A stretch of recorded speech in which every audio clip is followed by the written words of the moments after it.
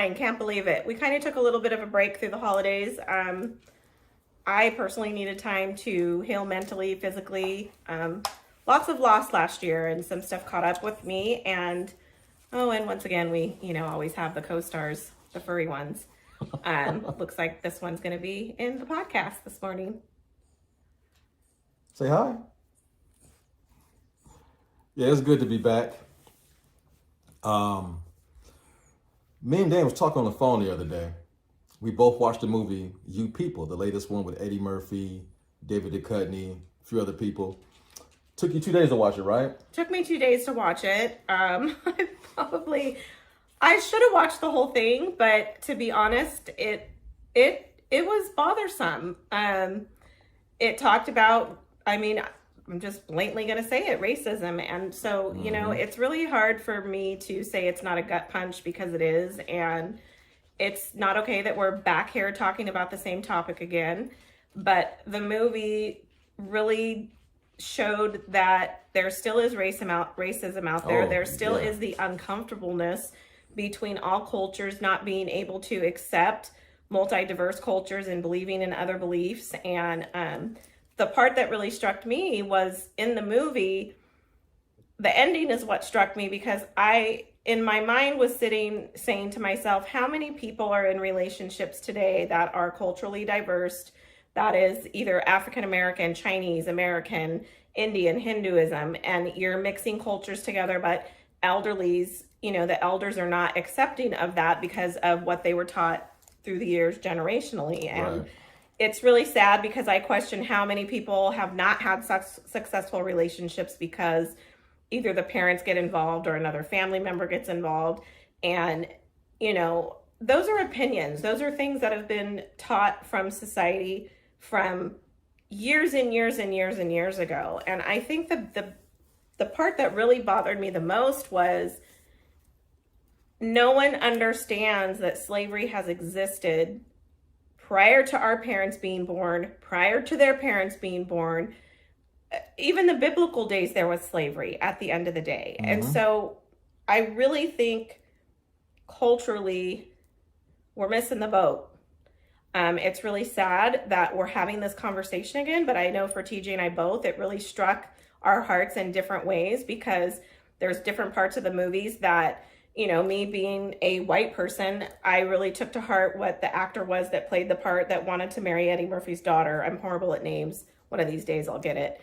Jonah Hill. Jonah Hill. Yeah. At the end of the day, he basically is like, I'm this white person that you just don't like because you decided not to like me. Yep. I dated an African-American man for almost 4 years, and his side of the family, his mother and aunt, I'm just going to straight up say it, hated me because I was white. And I would hear him on the phone having conversations. You still with that white girl? Why are you still with her? And then of course it would make me feel uncomfortable. We would go to family things and I'm like, great, I'm at a family function where basically they think I'm just this white girl trying to take their son. And that narrative it's asinine. Like, I don't know what else to say. That it's very sad that culturally we can't still mix cultures. It's still an issue. And then, it was filmed in Compton, and there was all kinds of places in LA that were good parts of LA. And you saw in the movie where they were at some really nice restaurants. And then they depicted the characters of African-American restaurants and white people's restaurants. Like, you saw everything completely rolled out in the movie from the beginning to the end. Oh, definitely. The tennis shoes. It's sometimes, like, for the movie, it kind of jumped around from different things. But after TJ and I talked, it was like, okay, now I'm understanding where the writer went with this, because I wasn't really paying attention to who the writer was. And then TJ, of course, is the one that is, the one that pays more attention to that stuff than I do. That's why he's the writer and the film director, and he directs everything and edits and, rolls things back, throw rewind, whatever. But at the end of the day, again, there were things that were depicted in the movie in regards to violence. I want to say, I think they went back, they even discussed, I think, the Rodney King thing in the movie, if I remember correctly. They talked about Farrakhan. Yeah. It was Farrakhan mostly. He got his kufi from Farrakhan, and she goes, oh, that's great. I remember what the man said. You know, maybe it's good for you, but I know what he said about Jews. And, you know, we're only a couple of generations away from slavery. My parents, mom and dad, both picked cotton. Their parents and then their parents were slaves. Right. It's that close to my generation. And thank God this was a rom-com. It's a romantic comedy. And so you take a serious subject and you try to make it funny. Comedy's been doing that since the beginning of time. You take something serious, and these comedians are so talented to take a serious subject and make it funny. And some of the stuff, like Dana said, is relatable. I've dated out of my race. And I've been in people's houses, and their father or mother or grandfather was ill towards me just because I was black. Then once they hear you talk and see your mannerisms, they go, oh, he's one of the smart black ones. I'm like, what the hell that's supposed to mean? Right. And then where I'm from, my side of the family, if I was to bring a white girl home, Hispanic age, they don't care. Once you step through that door and my son says, you're the one, you're loved. What Dana went through is bullshit. But that shows the racism on both sides of the spectrum, on the black side, the white, whatever side. And this movie totally got it right. Even though it was uncomfortable, it got it right because... And it was uncomfortable. You and I talked about some of the uncomfortableness. There were parts where the Jewish mother had made comments that I know if you were in a setting of African-American women, there was a time where I kind of was like, in my mind, I was like, okay, enough with, you know, figuring out what their hair is or their extensions or if they're sew-ins or if it's a wig, if it's braids, if it's this, if it's that. And some of the movie was funny. Her bracelet got stuck on the girl's hair and ripped off her hair. Of course, because I'm a stylist. And so I, of course, thought it was funny as hell. Right. I know that it probably wouldn't really be funny, but we all know that, I mean, I am white and I wear extensions. People don't know that, but with some health stuff, I've lost hair. So at the end of the day, I've embraced wearing extensions. And so, you know, your bracelets and stuff can get stuck to someone's whatever. You go to hug them and you're like, oh my God, I can't get my bracelet off their hair. So let's not make this an embarrassing moment. Right. And so there was that part in the movie where they played the bachelorette part. And there was just a little bit of it where it was too much. And then there was also where she took the daughter to the nice salon and then she was blaming the white girls behind the desk being racism because that was a trip. They were ignoring them at the front desk, and she thought it was because her African-American soon-to-be daughter-in-law was at the front desk with them because were going to have a salon appointment. True. I've worked at salons. Yes. Have I seen it happen? Absolutely. It happens everywhere. And so I think that's the part where we need to open our eyes to, is because the racism and those type of things, it happens on a daily. Yeah, and the thing about it, the movie was funny. The lady really wasn't ignoring them. She was on a business call. She goes, oh, she acknowledged them. And so another lady walked by and she waved to her, and she probably thought, oh, she let her go through, ended up being an employee. Right. It was totally funny. I get it. And the poor girl felt so embarrassed. You know, she was like, look, I don't think it's that serious, because black people, we can tell racism a mile away. And sometimes, because you're with a black person, you think you see racism a mile away and you don't. Right. You've only seen it through one spectrum. But the movie was clever. The writer-director, Kenya Barris, his comedy is a little bit on the nose, and some comedy, it could be offensive, but he grew up, he's very light-skinned. He might be biracial, I'm not sure, but his kids are mixed. And so he talks about racism from a different point of view that I'm not really accustomed to. And also, the one thing I will praise him, in all of his movies, black people are elevated. They're not slums. They don't live on the street. They're not gangsters. They're always, you know, live in nice houses, have decent jobs. But it's like a heightened type of racial comedy. But this movie was split. A lot of people like it. A lot of people felt offended by it. You know, if you're Jewish, I can get it. And if you're Muslim, the way they depicted Muslims in this movie can be somewhat offensive. You know, I'm not Muslim, so I don't know. But this movie had a lot of conversation over the weekend. I had a few chuckles. Everybody was talking about it. And for the first time, Eddie Murphy, one of my favorite comedians and actors, played a character I didn't like. Yeah, he was an asshole in the movie. From the beginning. From the get. He comes walking to the place gentrification, man. Look at this, man. I'm got the nappiest hair inside the building. How come everybody got curly? His kids are like, damn, daddy. And your wife's grandfather was white. So look, you married somebody who's partially white. So come on. And he's complaining that his kids got too much cream in their coffee with the color of their skin to his wife. But, you know, comedy is suggestive. You know, some things make some people laugh. What make me laugh might offend Dana or vice versa. And that's why we're having this conversation. And then there was the Bachelor part that the movie depicted. Well, here's the deal. Everybody does drugs, everybody drinks, everybody parties, but I feel in the movie they showed the white people doing cocaine and partying and being these horrible people.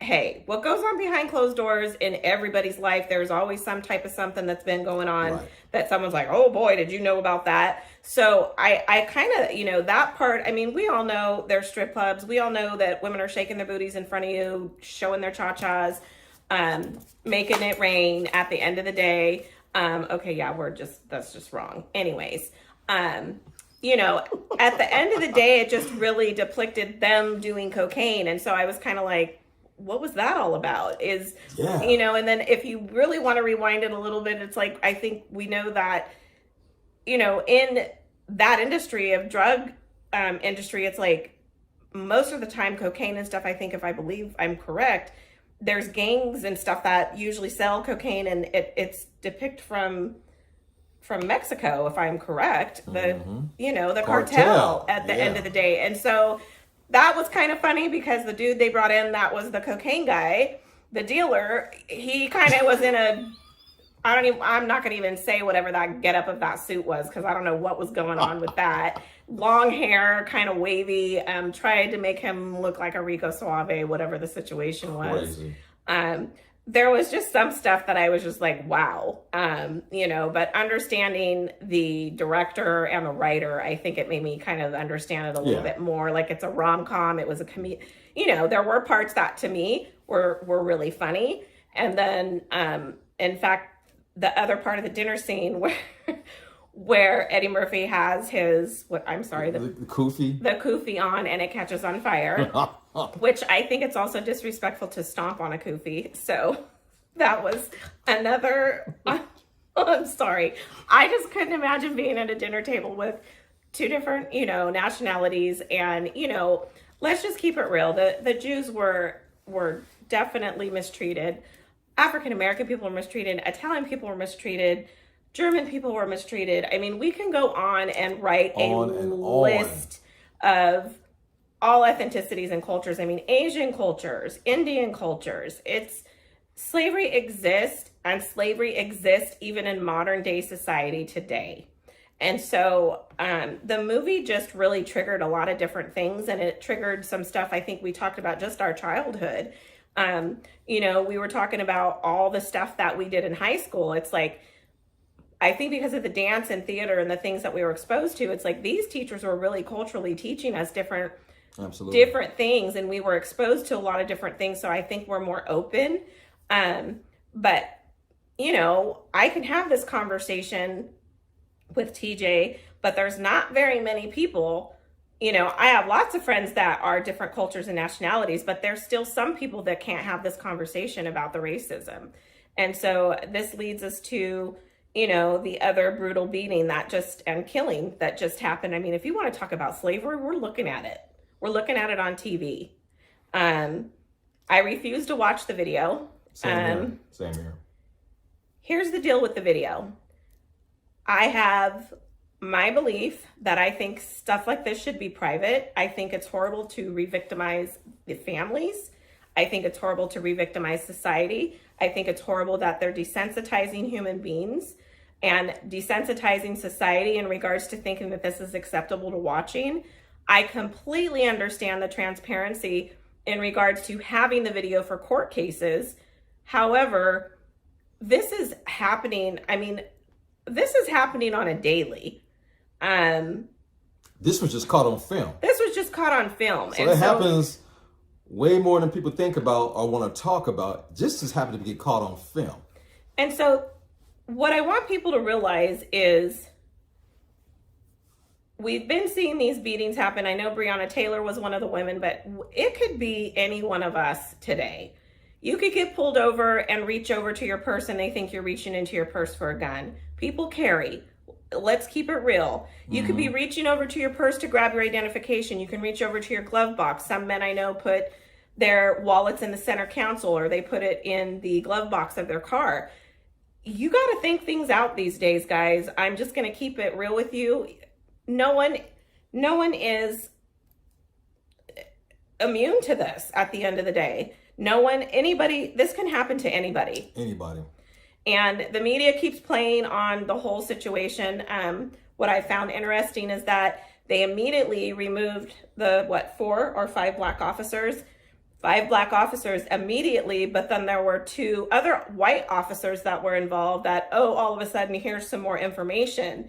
But a couple of them were left on leave, and who knows what the media is reporting. I don't believe a word that any of them say, and TJ knows this. I celebrated 18 years of sobriety in September, and one of the things that I was taught by one of my therapists is don't watch the news.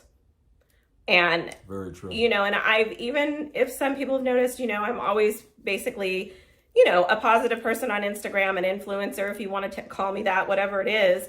But I took a break even from Facebook because I'm to the point where I'm sick and tired of seeing every ad. I'm sick and tired of the political stuff that's going on. I mean, Facebook has gotten to a point where it's just not enjoyable.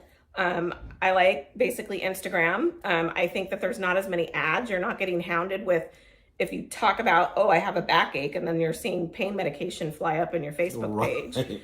So it's all the algorithms, all this stuff, it's totally traced at the end of the day. But I had quite a few phone calls of some people that have kids or have sons that were, is it Tyrell? I'm sorry, I don't want to be disrespectful about his name. Was it Tyron? We're both fired on this one. But here's the deal. Everybody has a child, a mother, a father, a brother, a sister, a cousin. Yeah. He was a father. I don't know what it's going to take to make this stop.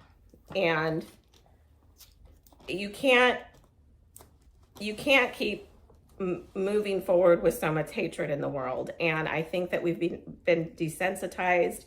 Again, I think we need more people to get involved. And if you don't understand slavery, if you don't understand different ethnicities, call us up. We can send you to some amazing people that can teach you stuff about art, that can teach you culturally, all the different art stuff here in Sacramento that has to do with different cultures and why things are painted a certain way. Poetry. Poetry technically stemmed from African American cultures because they used to sit around bonfires and teach their children and read these stories and poetry. And all these different types of writings and poetries and these type of things have been going on for years before we were ever even born.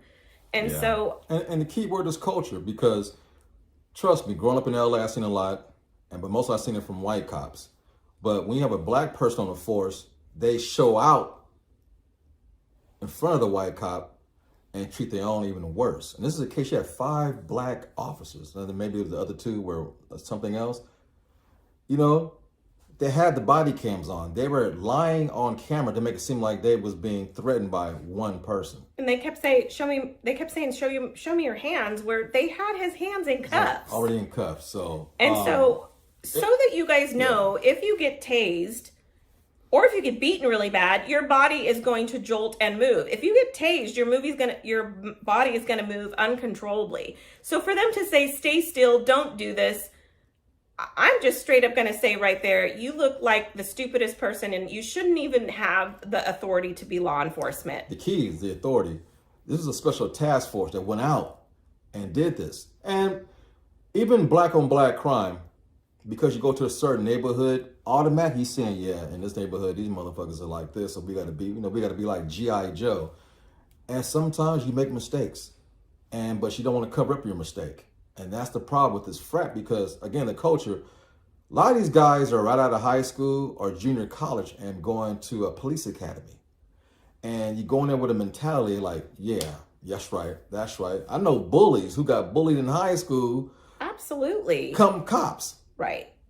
And they break down sometime and telling themselves, well, I remember when you guys used to pick on me. Oh, that's what this is all about. And here's the deal. Can't abuse the law. You can't abuse the law, and you cannot continue to keep abusing human beings. I mean, this is slavery at its finest. You beating someone and contradicting yourself on camera. We have tests today that I truly feel we pass legislation in regards to the mental capacities of law enforcement, judicial, governmental, presidential. You know, I know presidential and FBI and some of those people go through extensive background checks, but I personally think that each and every single individual should be assigned to a neurologist. I think that they should have brain scans done. I think that they should be able to discuss their traumas in their life, because these 5 men that decided, oh, let's just straight up be and cause some fuckery. I'm just going to put it right there, because you're sitting there. You had him. He was done. Why you had to tase him to death, why you had to beat him to death. I didn't want to watch another video because we already saw George Floyd get murdered in front of us on broad daylight, number one. They're discussing passing new laws in regards to if a cop has, you know, been involved that didn't say anything or didn't stop it. They're trying to basically also eliminate those cops off the force, because if you know, but in the court of law, if you are aware and you know something in regards to a crime that's in action, because I don't care if you want to fight me on this or not, it's not self-defense at this point. No. The minute you tased him once, that was enough. He was down on the ground. He was contained. Again, he was contained. And I'm also very disgusted in regards to the medical team that didn't do anything. And would you like to be a medical person that you're going to get into an ambulance, that these people that were ambulance drivers basically kind of just let it take place? Okay, I know those people could be traumatized and never experience something like that. Somewhere, when you sign an oath to serve the public, you also are a human person. Anybody that can just experience death and watch someone die and be like, no big deal. Yeah. You got some serious soul searching to do and some serious problems that you need to have some stuff really dug up. If you got traumas and things that are violent, if you were raised in a violent environment and you never get help for those types of things, and I'm not saying that's what's going on with these 5 officers, but I have no idea in anybody's right mind that not even one of them said, oh, hey, man, like, this should stop. We shouldn't do that. They just continue doing what they were doing. Flip the script. If I was to commit a crime, go inside and rob a liquor store, and Dana's sitting in a car, and she don't know what I'm doing. Say, hey, girl, I'm going to go inside, get some Fruit Loops and some candy real quick. She's like, oh, okay, whatever. I go in there and rob the place, and I shoot the guy. The guy ended up dying. I hop in the car. Girl, go. She's like, what are you doing? Just go. When we get caught, she's an accessory to murder. Yeah. That's how the law works. Yep. So how's it different for cops? You're watching your fellow policemen in blue beat somebody to death, but they lose their job, they lose everything. You don't. It's the same principle. Because you're the men in blue, it's different. It's different, like legislation and stuff like that. It's not cool. It's not. And I don't know what it's going to take to change our communities, to change our police force, but we cannot as citizens, first and foremost, please keep yourself safe. Yeah. But we also had one of our poets, and I've mentioned him before, Chris Kuhn, and them were at the Galleria Mall, and there was about 10 or 15 cops that surrounded an African-American guy at the Galleria Mall just a couple days ago, and they recorded everything. And unfortunately, that's where we are.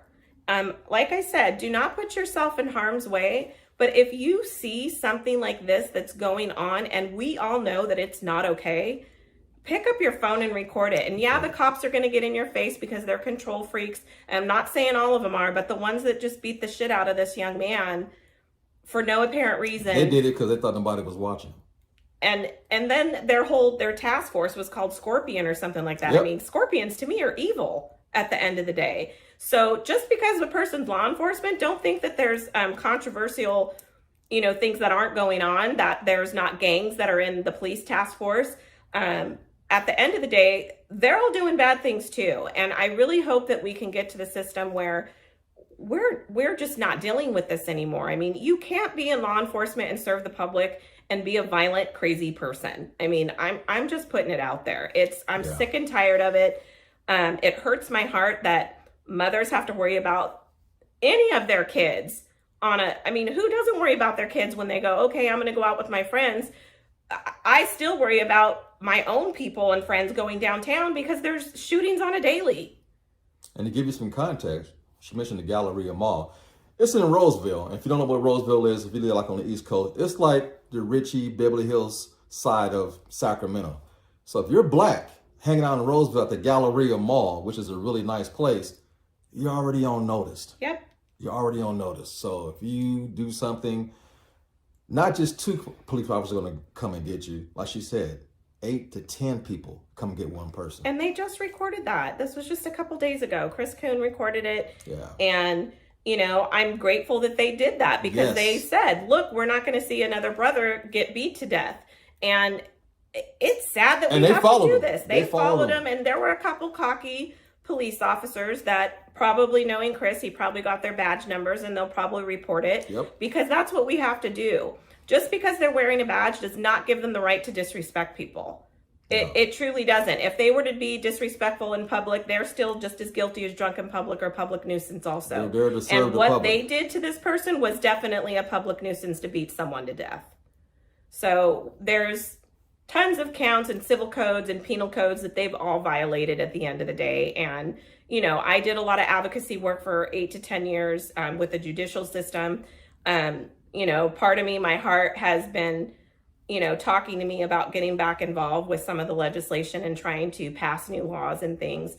If you got something and it's desired in your heart to do it, don't ignore it, because sometimes just because you don't have a degree or just because you don't have other experiences in some things, sometimes if you're getting pushed to do something, sometimes that's a true gift that you have that, spiritually, that you need to go out there and fulfill it at the end of the day. And, lately something's been tugging at my heart to get back involved because I don't want to be someone that lives in Sacramento, California that doesn't feel safe to go to community things. And it's getting that way. It's not okay that, I'm going to go to the mall. I've been discriminated against at the mall. There's been times where I went to the Galleria Mall dressed in sweats, kind of looking, not so professional, looking like a, gangster kid or whatever you want to say, because I am short when I wear tennis shoes. I've been looked at, you look like you're going to be, they're going to shoplift because they don't look, all up to par. Come on. At the end of the day,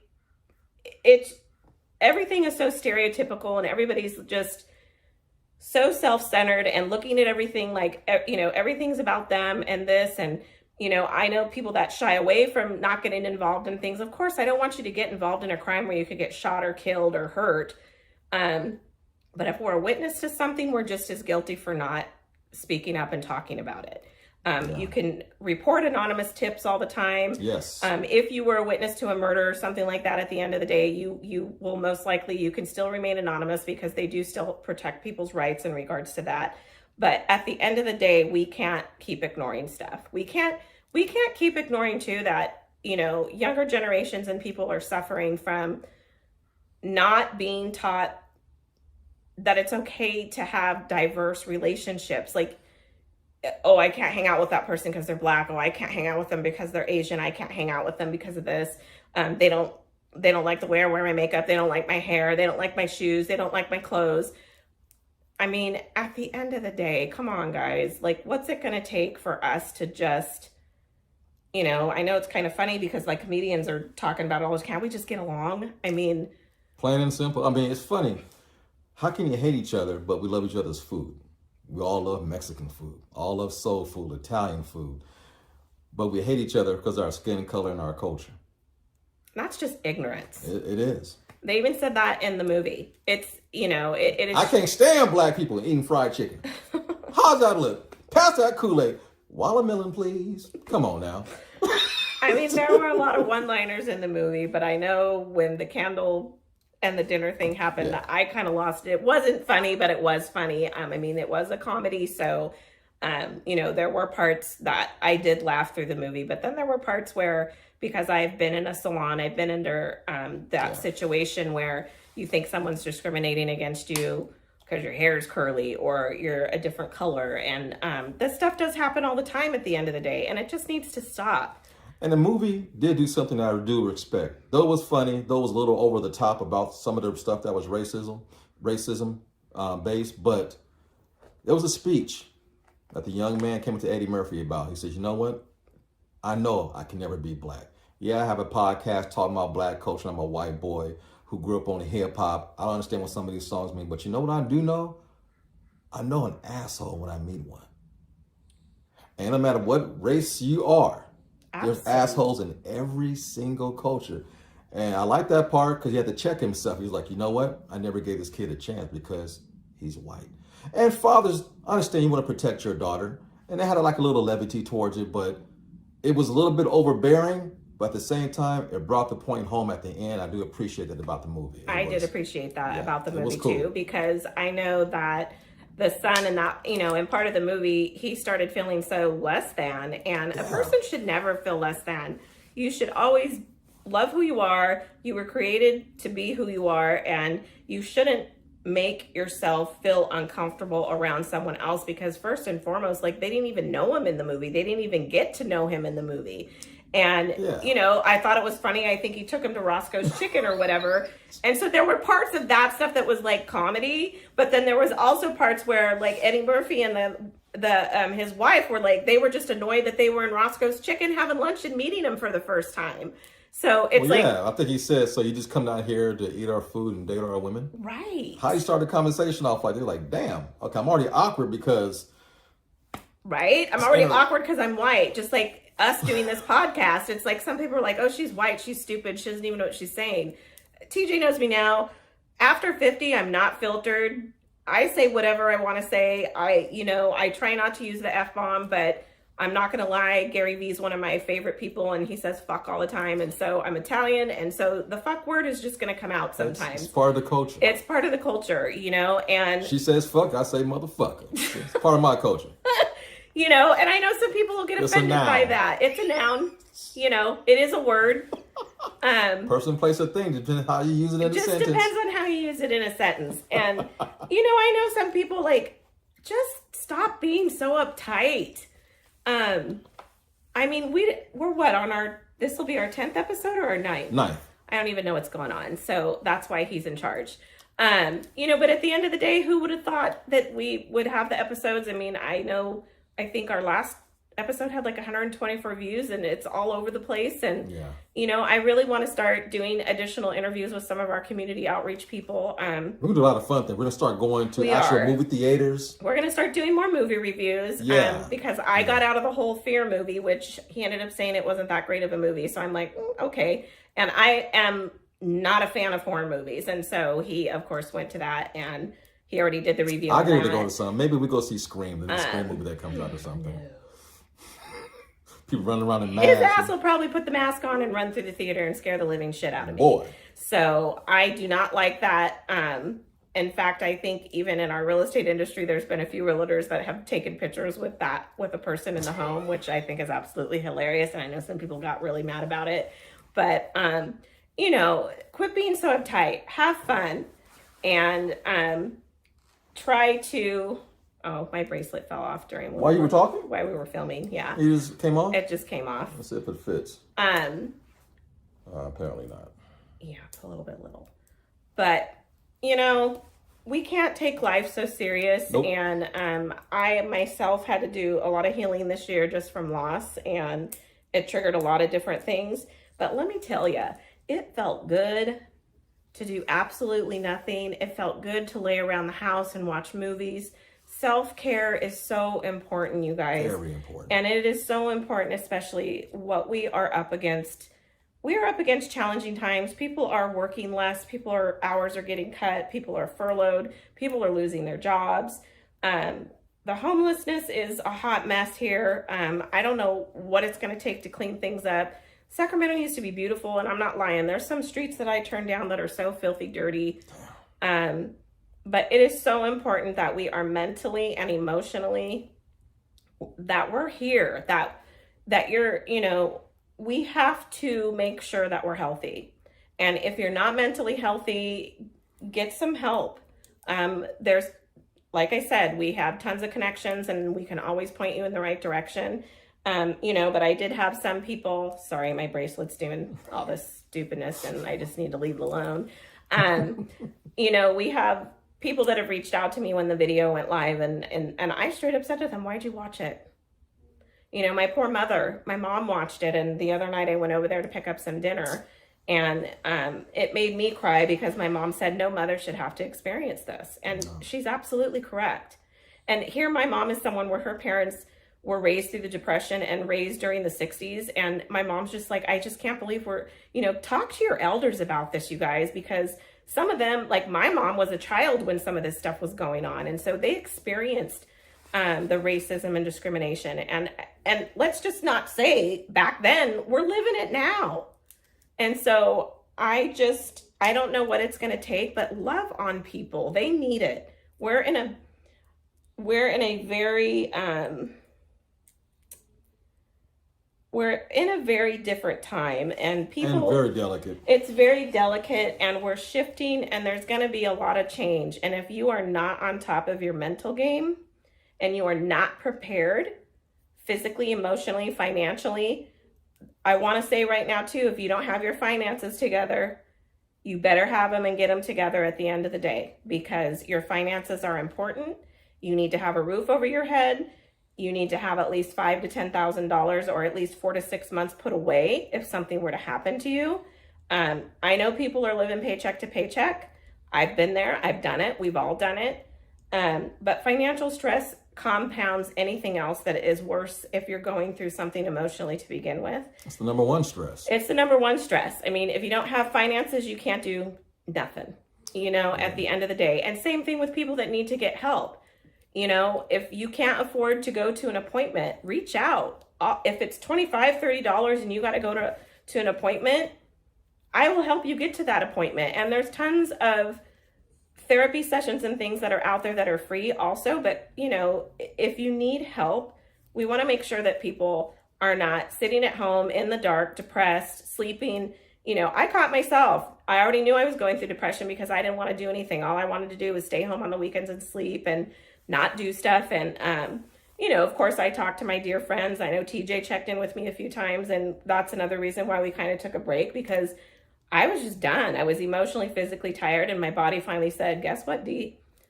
We're going to have you just rest for a while. Your body would tell you what's up. And I did not feel good for months, probably 3 to 6 months. And that's because I went through a lot last year. Yeah. And so I'm feeling better. Again, I speak from the hip. I talk about things that are transparent. And like I said, I can admit that I was going through a situation, but it's important that you recognize that. And it's important and it's okay to talk about it. That's the key. That's the number one key. And so if you're struggling with the violence that's going on right now, if you're struggling because you saw the video, that video and the videos that are out there, it's going to mess you up. If you've never experienced those type of things, it is going to trigger trauma, and I'm going to just be straight up about it. And one of the reasons why I don't watch those videos is because it triggers a lot of things from my past traumas, and I know better. And so I refuse to do that to myself, and you have to set boundaries with yourself too, because if that can put some people that are mentally disabled into a tailspin watching something like that. You'll go over the top. You'll lose it. And a lot of people are losing it. And so you have every right to lose it, but if you can't bring it back together and dial it back, then we got to come to a solution with some of this stuff that's going on. It's something like this that could change your life forever. And you don't realize it. I mean, viewing something that traumatic can change you in an instant, and you're not even the person that's even involved. No. I mean, I didn't watch the video. I refused to watch the video, but when I heard about it, I automatically thought about Rodney King, because up until Rodney King, it was never caught on film. Right. And I remember going to work the next day, talking to my coworkers, the people in my life. When that happened, it was like, wow. And now it's just getting caught all the time. Yeah. And I've been in situations where I thought it was going to happen to me when I got cornered by cops. So it never leaves this. And it would change your outlook on life and how you react when cops pull up. You might have a nervous reaction. Like she said, you might reach into your glove compartment to get your insurance, whatever. They say, hey, buddy. It happened to me. They told me to give me your information. I go down here to get out of my little middle section of my center car. console, which a lot of people And don't then the guy was like, really hey, man, what are you doing? I was like, you told me to grab it. And now I'm nervous and I'm shaking, I'm stuttering, I can't talk. You know, that's my reality. And thank God I don't get pulled over a lot or anything like that. But, Right. you know, it's just where driving we are. while black is dangerous. Yeah, driving while you're just a human being is dangerous at this point. I mean, it is. Again, be careful when you're driving. People are just out of control, driving erratically. I don't know what's going on the roads, but I literally try to drive when there is no traffic and try to avoid some things because I'm sorry, my life is precious and every single individual's life is precious. Yeah. I want to get to my destination alive. I want to still be in one piece, and I'd like for my car to be in one piece. And chill, y'all. And just chill. Stop speeding. Like, if you didn't get up early enough to get where you were going, then that's your damn fault. Yeah. Because road rage at an all-time high. I'm just people gonna are keep it going real. nutty, On buddy a over daily, nothing. on a daily on 65th, I get people that get all pissed off on a daily, and I just kind of roll my eyes at them because I'm just like, yeah. What's your problem? And are you that person that don't let people get in? They're trying to murder. Are you that person like, man? I let people in all the time and then get honked at because they get mad at me for being polite.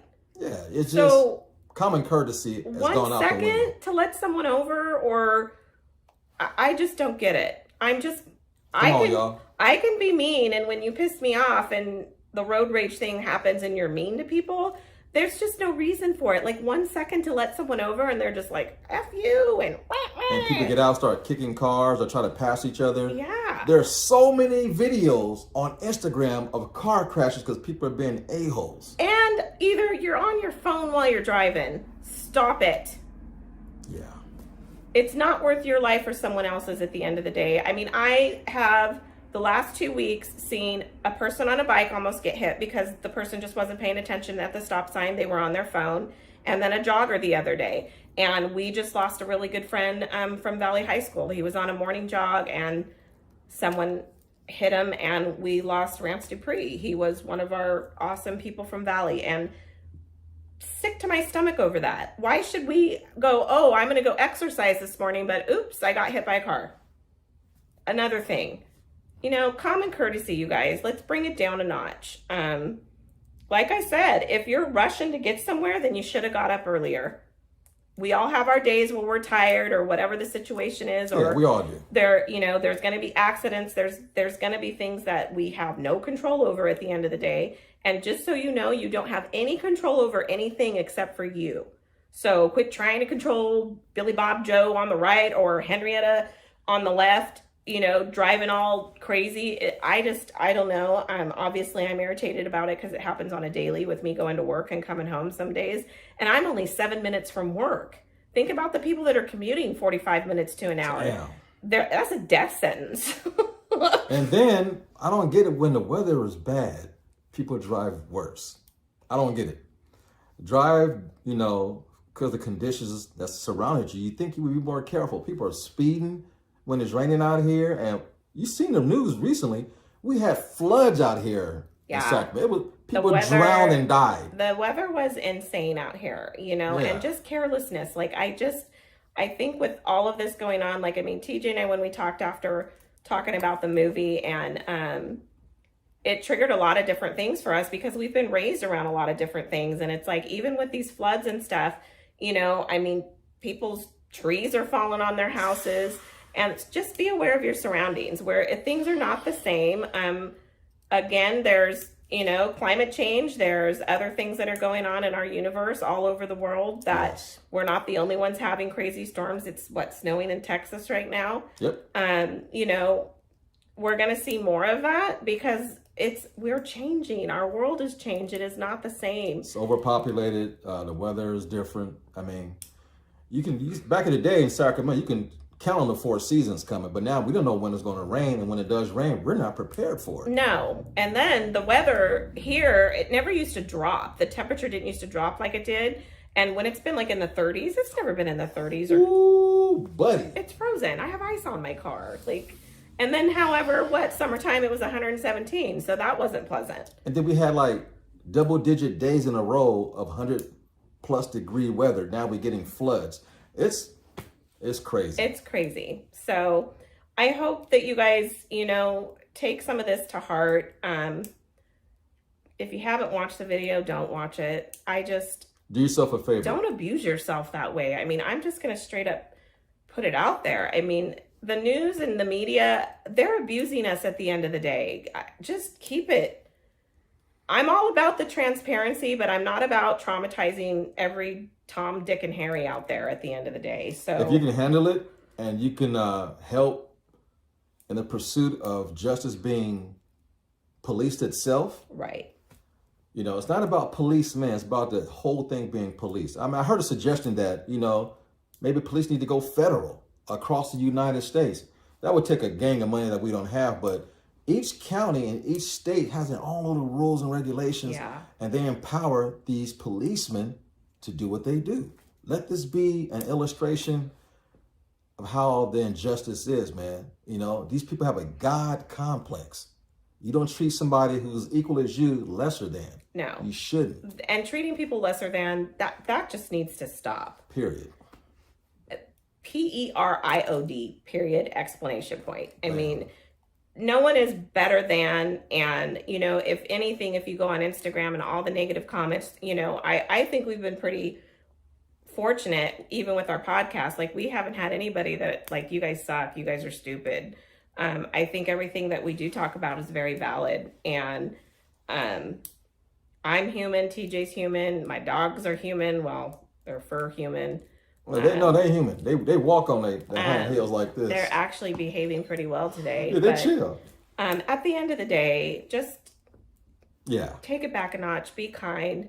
If you're angry, look in the mirror and figure it out. If you're really mad and not happy and whatever it is that's causing you to be sad or angry or depressed, talk about it. I'm able to do that with my therapist, and mental health is extremely important. And, I think that can go back on, everybody's mental capacity is traumatized at one point. And it's like that movie triggered a lot of different things, even from growing up, because, growing up, some families weren't in agreement of you dating outside your culture.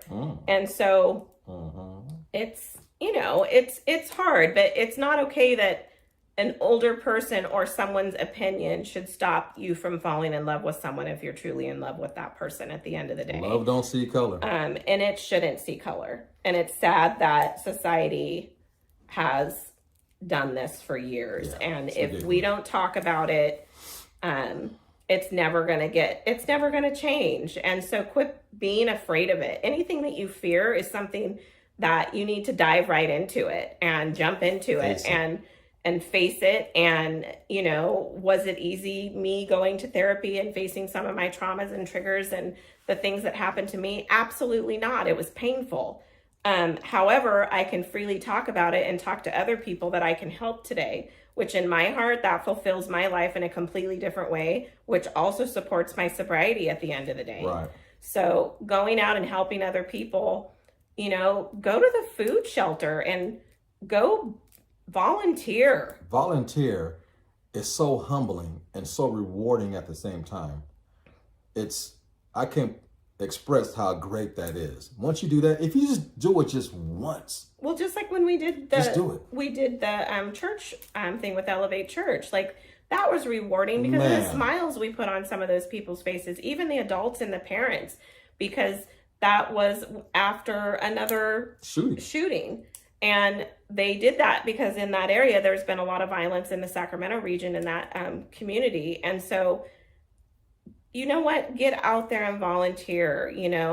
Not all the marches are bad marches. Like, people systemically have, it's another march. It's just going to be brawls and fights and this and that. And Martin Luther King, that 3-day weekend or whatever it was, Stevante Clark, he had an amazing I don't even know how many people, but it was so cool to see the people. He was playing awesome music and people were dancing and having fun. And, that poor family's been put through a lot at the end of the day and traumatized and had to be put through the ringer. And so, I know some people have an issue with Stevante. If you haven't really met him, go sit down and talk to him, because I have. And yeah, was it uncomfortable? Absolutely. But now he's one of my friends, and I respect what he's doing. I respect his trauma. I respect his family. I respect everything that they're doing. You know, you can sit there and talk shit as much as you want to. Oh, he, you know, had this issue. I'm sorry, look in the mirror. When have you not had an issue? When have you not had a downfall? When have you not been a shitty person at one point in your life? We've all been there. And if you haven't, I'd really question that. That's really questionable. Don't lie to yourself. You can lie to me all you want, just don't lie to yourself. No, don't lie to yourself. But you know, the world can be a better place. I do have blind hope that it can be. But today's February the 1st. It's the beginning of Black History Month. Do yourself a favor. Look it up. Go hug a black person. Right? It's not that simple. Change your life. We will. He changed my life in a lot of different ways. That's right. And I put him in check as a white person. The Mo colors, the Mo. We out of here, y'all. We out. We love and just you. guess what else? We didn't plan this, but we had red shoes on today. Oh, shit. Yeah, he's got his red shoes. Oh, right in my face. That was a funny joke. Bing! I'm like, oh, Lord. Bonk. Anyways, we hope you enjoyed the podcast. I'm sure we repeated ourselves a few times, but some of these things need to be heard over and over again until it sinks in. And like he said, go volunteer. It's Black History Month. If you want to learn something, inbox us and send us a message. We can send you all kinds of stuff. Yeah. Seriously. There's things out there that can help current situations that you believe wouldn't be at your disposal, but they are. There's tons of stuff. And there's tons of stuff culturally in Sacramento. I know Brickhouse Art Gallery is going to be having tons of stuff probably every Saturday, probably this entire month. But there's also tons of stuff on Broadway culturally and artistically that there's a lot of different things that are going on that get online and check stuff out and go. And so that's something I'm also making myself do, is get back involved with the community and getting back out there and doing stuff and just enjoying art. It's important, you guys. Art and those type of things heal. I truly believe that it does heal people. It heals communities, and it really truly helps bond people, and people bond together in different ways. And so I think in our next video we're going to really touch on that. The art community has changed people's lives, and it teaches you not to see color. And we learn at a young age. That's why we're the people we are today. So I think it'd be a great topic. And our poets were recognized by the Senate here in California. We're actually Sacramento is it's technically the poetry city, is my understanding now. It's cool. So it is cool because we were the first ones that started the poetry circuit here in Sacramento. And for me, it is just a pure pleasure in my heart to see how successful some of them have been. And so, get active, start stepping it up a notch, do more, be more, because everybody has something inside of them that is still ready to develop. And so we appreciate you watching and our silliness with our shoes. Peace out. Love you. Bye. And action. So yeah, when you are doing a podcast with a short girl, this is what happens.